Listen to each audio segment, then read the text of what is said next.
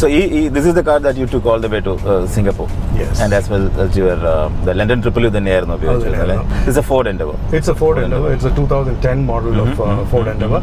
And actually London trip we were looking at taking a new vehicle. Is it? But somehow we were not able to convince the manufacturers to part with one of their new vehicles. So I had to source a second-hand 2010 model Ford Endeavour for two reasons. One, it is an automatic drive.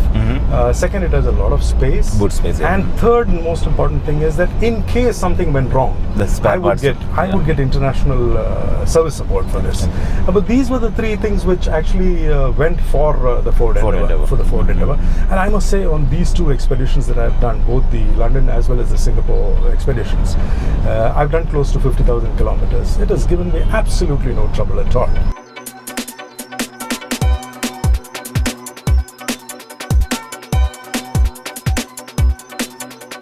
A long drive, an expedition. നമ്മുടെ എല്ലാവരുടെയും ഒരു ഡ്രീമാണ്.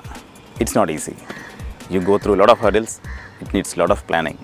നമ്മുടെ ജീവിതത്തിൽ എന്ന പോലെ അങ്ങനെ ഒരു യാത്രയിലൂടെയാണ് നമ്മൾ ഈ എപ്പിസോഡിൽ റൗഡി റോഡ്സിൽ പോകുന്നത്. നമ്മോടൊപ്പം ഇതിനെക്കുറിച്ച് ആധികാരികമായി സംസാരിക്കാനും ഒരുപക്ഷെ ഇന്ത്യയിലെ തന്നെ ഏറ്റവും അധികം എക്സ്പെഡിഷൻ ചെയ്തതുമായ മിസ്റ്റർ സുരേഷ് ജോസഫാണെന്ന് നമ്മളോടൊപ്പം ഈ റൗഡി റോഡ്സിലുള്ളത്. Welcome to the brand new episode of Rowdy roads.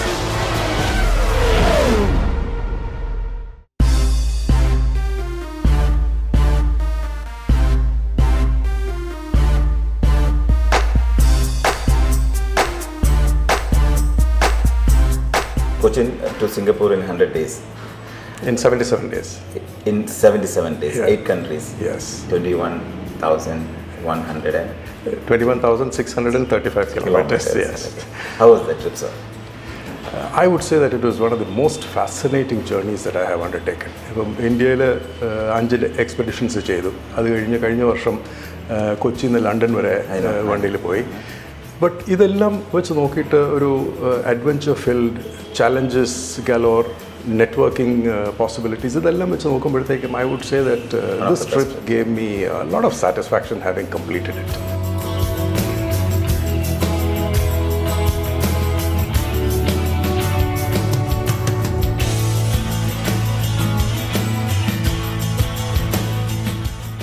Lot of new terrains to drive, lot of new people to meet, lot of different weathers to experience. Exactly, and what gave me the greatest joy was to actually experience infrastructure in various countries. I consider this to be one of the very unique opportunities given to me, because when I did the London trip, it was 27 countries. Now when I did the Southeast Asian trip, it was 9 countries. If you look at also Indonesia, where I went by ferry. Now, I have a very rich experience of actually having driven in close to about 35 countries where I experienced the road infrastructure. And comparing that to what we have in India is a tremendous, joy in trying to find out what are the pluses and the minuses in your country vis-a-vis the other places. For instance, when you motor in the Western countries, you expect the infrastructure to be top class. You don't expect anything substandard there because that is Western.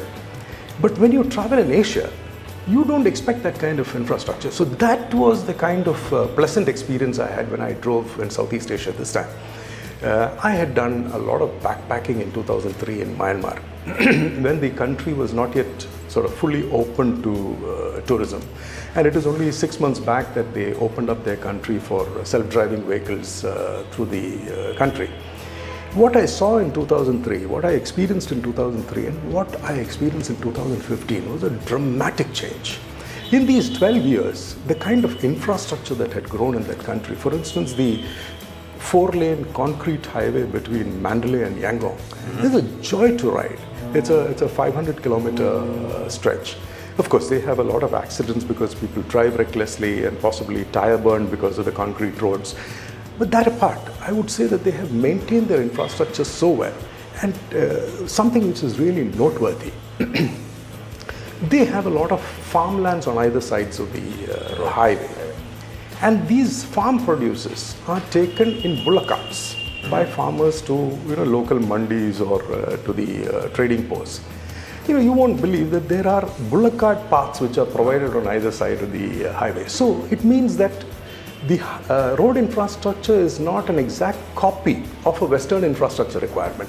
So similarly in India, where we have a wide variety of vehicles and a wide differential in speeds, we need to design a road infrastructure which is meant for to take our vehicles. So that is one learning. The second part of it is complete obedience to road traffic regulations and road rules. In fact, in places like Laos, Cambodia, Myanmar, which you don't consider very well developed countries, the adherence to lane discipline. Myanmar has a large number of two-wheeler population. In fact, that is one of the things which you're warned against when you do research on the site, saying that these two-wheelers are a menace on the road. But I didn't find them so, because they're so disciplined on the roads.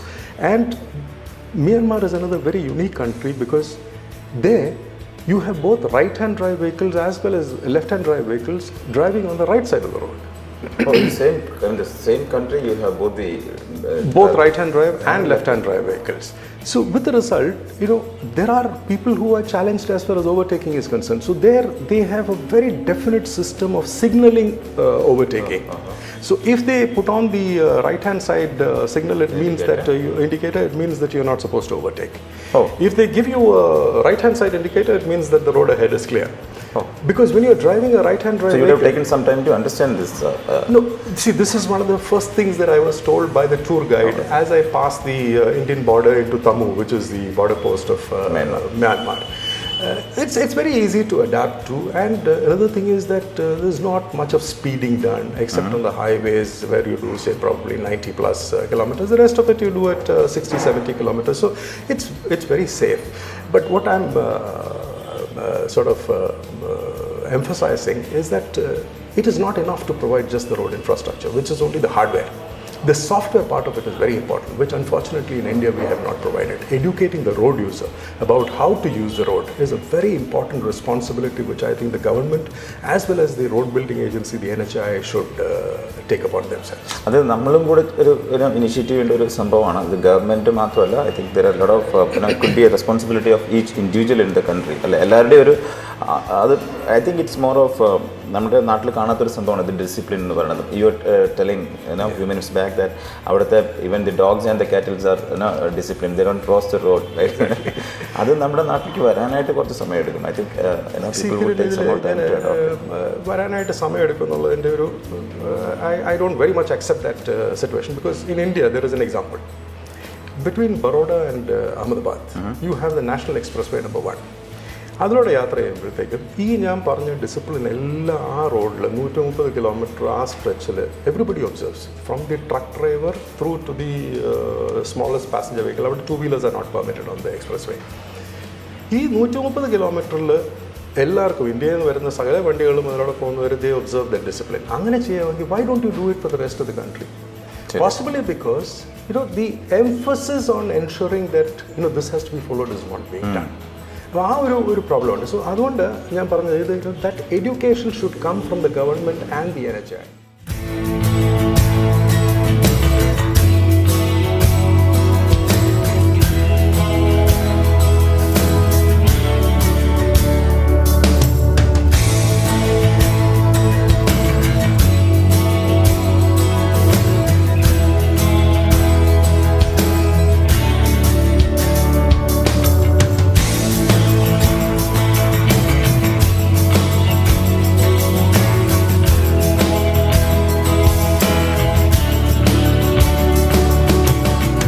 So ഈ ട്രിപ്പിൽ the Cochin, Singapore and back to Cochin, ആ ട്രിപ്പിൽ the most exciting part, the most interesting part of this trip, the best terrain, I would say, like the best country that you enjoyed the most. I'm sure India would be the toughest for you as far as the road and the road rules are concerned, but India പുറത്ത് അല്ലെങ്കിൽ India, we all know like the conditions in India, so we would definitely like to hear from you the driving experience outside India, probably the Singapore or Malaysia or Thailand, whichever the place you like the most. I mean, as a explorer, as a person who would love to drive, which country fascinated you the most, or which country you experience the best in terms of driving? See, each country had its own different offerings in terms of driving enthusiast expectations. ഇപ്പം ലാവോസിൽ ചെന്നപ്പോഴത്തേക്ക് I did not expect അത്ര നല്ല infrastructure expect ചെയ്തില്ല. So വിയൻറ്റൈനിൽ നിന്ന് Luang Prabang എന്ന് പറഞ്ഞ Vientiane is a capital of Laos. അവിടുന്ന് ലുവാം പ്രഭാങ് എന്ന് പറഞ്ഞ is the old heritage city. അവിടം വരെ എക്സലൻറ്റ് റോഡ്സ്. പക്ഷേ ലുവാം പ്രഭാങ്ങിൽ നിന്ന് when you want to drive to the border of Vietnam, ഇപ്പം ആ റോഡ് ഇൻഫ്രാസ്ട്രക്ചർ പണിതുകൊണ്ടിരിക്കുകയാണ്. In fact all over South East Asia what you find developing കൺട്രീസിൽ lot of Chinese investment is coming in. So അവർ supervise ചെയ്ത് build ചെയ്യുന്ന infrastructure വരുന്നുണ്ട്.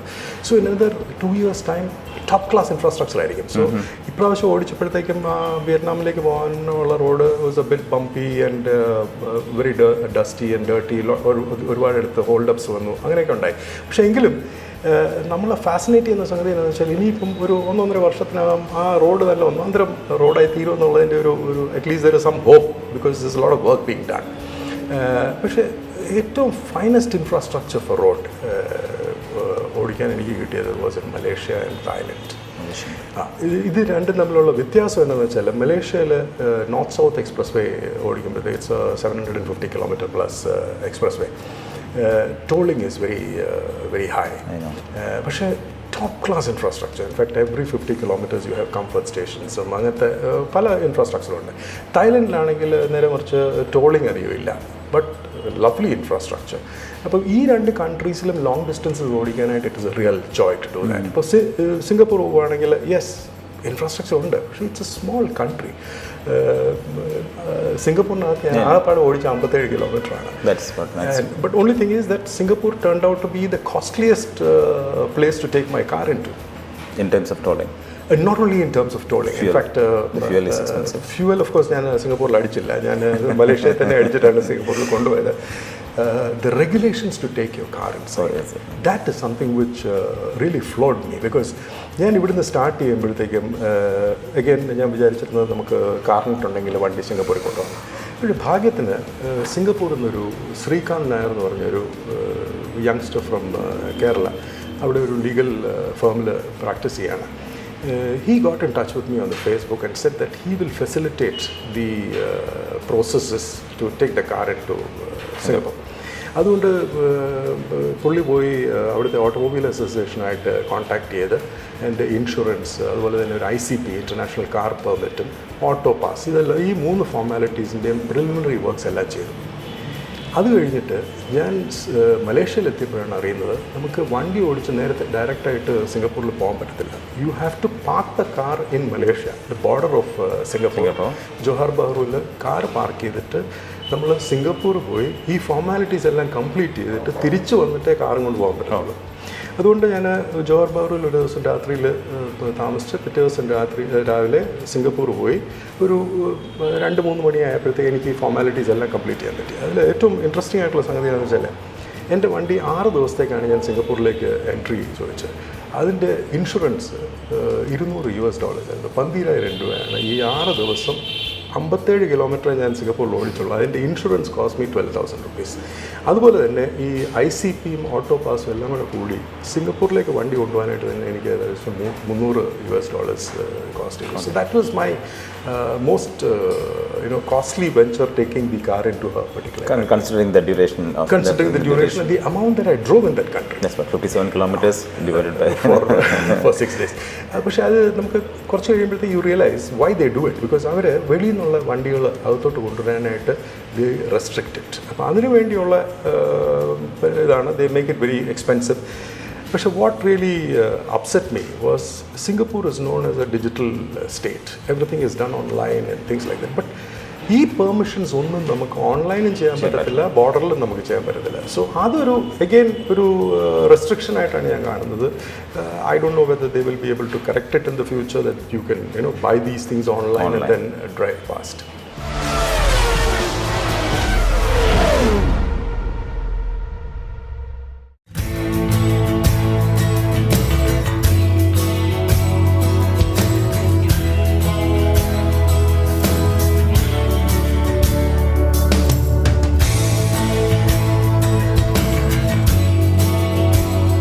This is your 7th or 6th drive. This was my seventh expedition. Seventh expedition, right?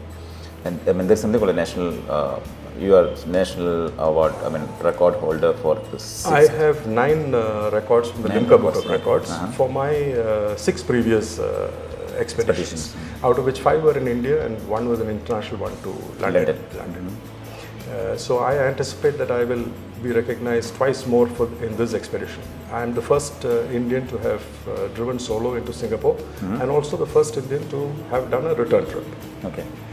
There have been organized trips like the ASEAN Drive and things like that have happened, but a local initiative by an individual, this was the first effort. So I expect to be recognized for that. You expect more people to do this kind of trips from India? You know, what really... I know it needs a lot of planning, because I was just reading your book the other day. Yeah. It says that the planning is the most important part of, Naturally. Especially, planning becomes a very important segment when you are the first one to do it. You don't have a template to follow. I understand. See, once you have a template, it becomes that much easier to do. See, now for instance, the journey which I have done, the kind of documentation which I have done, is available for any future traveler who needs to go in there. But there are a lot of what you call financial hurdles to cross when you do these kind of trips. For instance, getting through Myanmar for 11 nights and 12 days cost me close to 4 lakh rupees, because those are the kind of regulations which the state imposes on a self-driving driver who goes into the country. For instance, you need to appoint a government-approved tour operator who will take care of all the arrangements for your travel through the country, including liaison with the government. And it's compulsory. It's compulsory. It's like China, but China has a difference in the sense there only the tour guide travels with you. Here, not only the tour guide, there is a representative of the tour agency as well as a representative of the government who will travel along with you. Fortunately, I was only one person in the car, so the other 3 could be accommodated. But suppose you are 2 or 3 people traveling together, you have to hire another vehicle for them. So these things become very expensive. Then you have to look after their accommodation, their food, all these kind of things. So these kind of requirements actually push up costs and may prohibit people from traveling very frequently to these countries. So this is something which I have given as a feedback to the Myanmar government, because they give us a feedback form which we fill up. So I've said that this is a country which is so beautiful, it is opening up, but then you must facilitate more people coming in.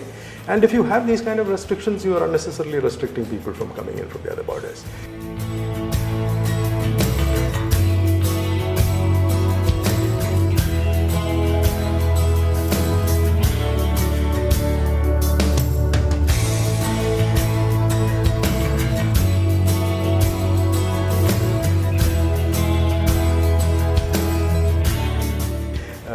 Another thing which I feel will be very useful is like you have a euro in Europe, in the Schengen states. If we can have some kind of a common Asian currency, at least for travelers.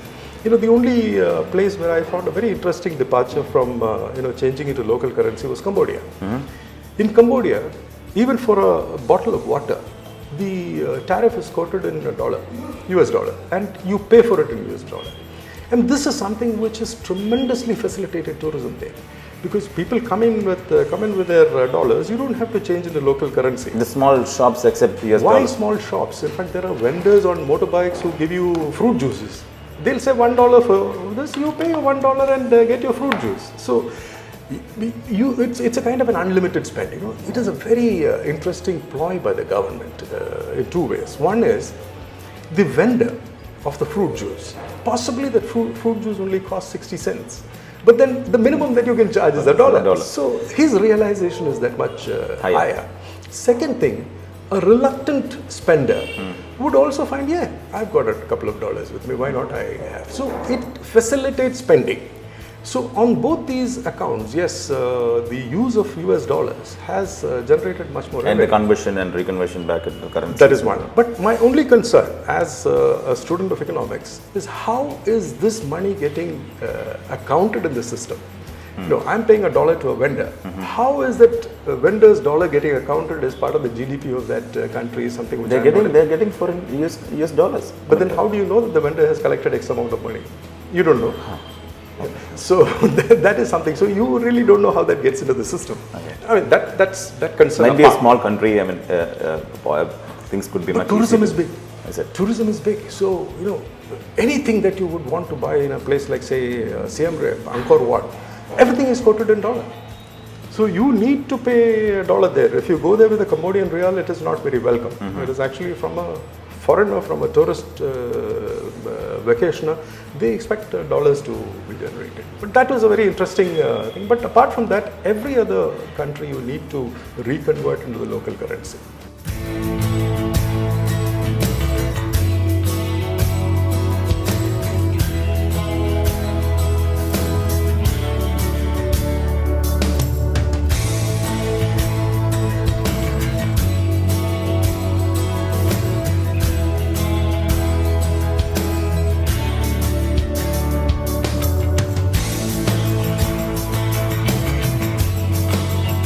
You talked about a couple of places where things had gone wrong in terms of getting some delays in getting some approvals and all. That's a part and parcel of that kind of an expedition. But tell me a couple of the real good pleasant surprises that you had on this trip.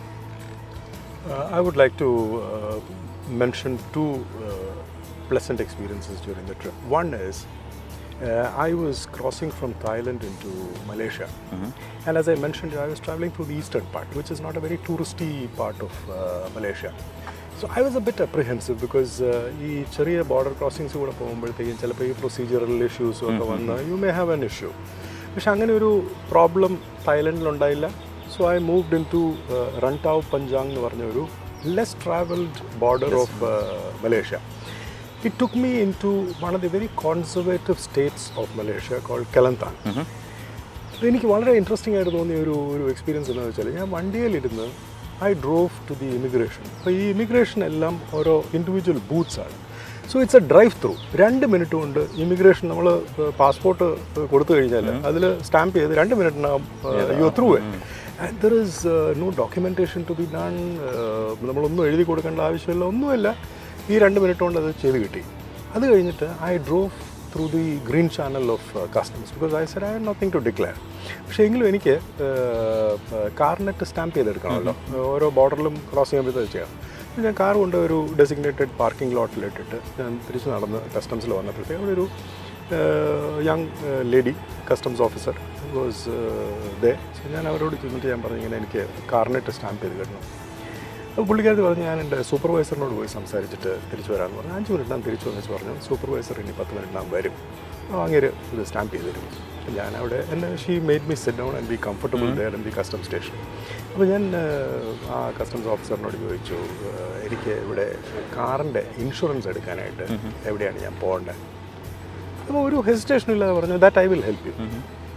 അത് കഴിയുമ്പോൾ ഞാൻ പറഞ്ഞു എനിക്ക് കുറച്ച് foreign exchange ഒന്ന് change ചെയ്ത് കിട്ടിയേക്കണം. ഈ said that also I will help you. ഇപ്പോൾ പുള്ളിക്കാരത്തിൻ്റെ സൂപ്പർവൈസർ വന്നു കഴിഞ്ഞ് ഇമ്മീഡിയറ്റ് ആയിട്ട് തന്നെ കാറിനിട്ട് സ്റ്റാമ്പ് ചെയ്ത് എല്ലാം ചെയ്ത് കഴിഞ്ഞിട്ട് she took me with her. അത് എൻ്റെ അടുത്ത് പറഞ്ഞു ഡോക്യുമെൻറ്റ്സ് എല്ലാം കാറിനകത്ത് വയ്ക്കുക, എന്നിട്ട് എൻ്റെ കാറിൽ വന്നാൽ മതി. So she was a young customs officer called Faiza. പുള്ളിക്കാരത്തിൻ്റെ കാറിൽ എന്നെ ടൗണിൽ കൊണ്ടുപോയി ഞങ്ങൾ 2-3 ഈ കാർ ഇൻഷുറൻസ് കടകളിലൊക്കെ ചെന്നപ്പോഴത്തേക്ക് അതെല്ലാം ലഞ്ചിന് വേണ്ടി അടച്ചിരിക്കുകയാണ്. പുള്ളിക്കാരത്ത് പറഞ്ഞാൽ ഇപ്പം നമുക്ക് കാർ ഇൻഷുറൻസ് പിന്നെ ചെയ്യാം, നമുക്ക് ആദ്യം പോയി കറൻസി എക്സ്ചേഞ്ച് ചെയ്യാമെന്ന് പറഞ്ഞിട്ട് എന്നെ ഡ്യൂട്ടി ഫ്രീ ഷോപ്പിൽ കൊണ്ടുപോയി. അപ്പോൾ അവിടെ ഡ്യൂട്ടി ഫ്രീ ഷോപ്പിൽ അവർ പറഞ്ഞു ഞങ്ങൾ കറൻസി എക്സ്ചേഞ്ച് ചെയ്യല. സോ ഷീ ഓർഡേഡ് അവിടെ സെർവ് ചെയ്യുന്ന ഒരാളോട് പറഞ്ഞു എന്നെ അവൻ്റെ മോട്ടോർ ബൈക്കിൽ മണി എക്സ്ചേഞ്ചറിൻ്റെ അടുത്ത് കൊണ്ടുപോയി എൻ്റെ മണി എക്സ്ചേഞ്ച് ചെയ്തിട്ട് തിരിച്ച് സേഫായിട്ട് കൊണ്ടുവരണം, ഇതെൻ്റെ ഇന്ത്യയിൽ നിന്ന് വന്ന അങ്കിളാണ് എന്നാണ് ഇൻട്രൊഡ്യൂസ് ചെയ്തത്. അപ്പോൾ അത് കറൻസി എക്സ്ചേഞ്ച് ചെയ്ത് കഴിഞ്ഞപ്പോഴത്തേക്കും ഒരു 1:45 മണിയായി. അപ്പോൾ ലഞ്ച് ബ്രേക്ക് കഴിയാറായില്ല. അപ്പോൾ എൻ്റെ അടുത്ത് പറഞ്ഞു വിശക്കുന്നുണ്ടാവും, ഇപ്പം 1:45 നമുക്ക് വല്ലയിടത്തും പോയി ഭക്ഷണം കഴിക്കാം. ഞാൻ പറഞ്ഞു എനിക്ക് കുഴപ്പമൊന്നുമില്ല. അപ്പോൾ എൻ്റെ അടുത്ത് ചോദിച്ചു എന്താ ഭക്ഷണം വേണ്ടത്. ഞാൻ പറഞ്ഞു ഞാൻ എവിടെ പോയാലും ലോക്കലായിട്ടുള്ള ഫുഡാണ് കഴിക്കുന്നത്, അല്ലാതെ ഈ KFC മക്ഡൊണാൾഡ്സ് ഒന്നും നോക്കാറില്ല. അതുകൊണ്ട് എനിക്ക് എവിടെയെങ്കിലും ഒരു ലോക്കൽ ഫുഡ് കഴിക്കാനായിട്ടുള്ള സംവിധാനം എനിക്ക് തരണം. So she took me to a very small restaurant. എന്നിട്ട് അവിടുത്തെ ലോക്കലായിട്ടുള്ള ഫുഡ് പുള്ളിക്കാരത്തി ഓർഡർ ചെയ്തു, മിൽക്ക് ടീയും ഓർഡർ ചെയ്തു. ഞങ്ങൾ അവിടെ ഇരുന്ന് ഏകദേശം ഒരു മണിക്കൂർ പുള്ളിക്കാരത്തിൻ്റെ ഫാമിലിയെ പറ്റിയും പ്രൊഫഷണൽ ലൈഫിനെ പറ്റിയും എല്ലാം സംസാരിച്ചു. She turned out to be a 40-year-old divorcee with 3 children, whose mother was looking after her children. And പുള്ളിക്കാരത്തിക്കുള്ള ഫിനാൻഷ്യൽ ബാധ്യതകൾ കാരണം she was doing double duty. രാവിലെ 6 മണി തൊട്ട് രാത്രി 10 മണി വരെ കസ്റ്റംസിൽ വർക്ക് ചെയ്യുക. ഇത് ലഞ്ചും എല്ലാം കഴിഞ്ഞ് she insisted that she will pay for the lunch. അപ്പോൾ അത് ഞാൻ സമ്മതിച്ചില്ല, saying that I am the guest here എന്ന് പറഞ്ഞ് അത് കഴിഞ്ഞിട്ട് ലഞ്ച് കഴിഞ്ഞിട്ട് she did all the other formalities and all that. പോകുന്നതിന് മുമ്പേ ഞാൻ ഞാൻ ഗവൺമെൻറ്റിൽ വർക്ക് ചെയ്തതാണ്, ഇന്ത്യയിൽ റെയിൽവേയിലായിരുന്നു. അതുപോലെ തന്നെ എനിക്ക് കസ്റ്റംസിലുള്ള ഓഫീസേഴ്സിനെയും കസ്റ്റംസിൻ്റെ രീതികളും ഒക്കെ നാട്ടിലുള്ളത് എനിക്കറിയാം. Nobody will help a stranger like this if you come to India. But why did you do it for me? ഈ ചോദിച്ചപ്പോഴത്തേക്കും പുള്ളിക്കാരത്തി പറഞ്ഞ 2 reasons. One, she said, you are traveling alone and you are a very brave man. I respect that. Second, when you go through our country, you should go back with the impression that you have traveled through a beautiful country, peopled by beautiful people. But she was not only working as the customs officer in that place, she was working as the ambassador of the country. I mean, which is something which really floored me. And I take my hats off to Faiza.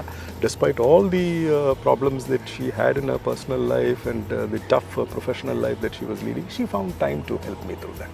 That was one of the very, very interesting human interfaces. ഇതിൽ നിന്ന് നമ്മൾ മനസ്സിലാക്കണം എന്താണെന്ന് വെച്ച് കഴിഞ്ഞാൽ the uncle look helps sometimes. Uncle look, or probably you can say that the innocent look helps, you know.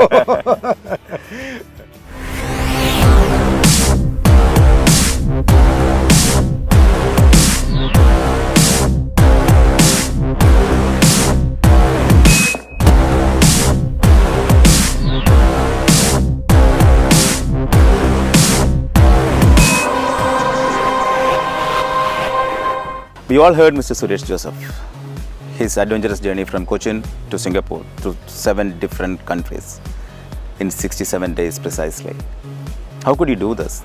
Simple. Just follow the signals, just follow the traffic, just respect the traffic. 22,000 kilometers. He didn't have even a puncher. He never checked the air pressure. He doesn't have to because he was respecting his car. You respect your food, you won't have a problem with your stomach while on an expedition. Keep these 2 things in mind before you go for an expedition.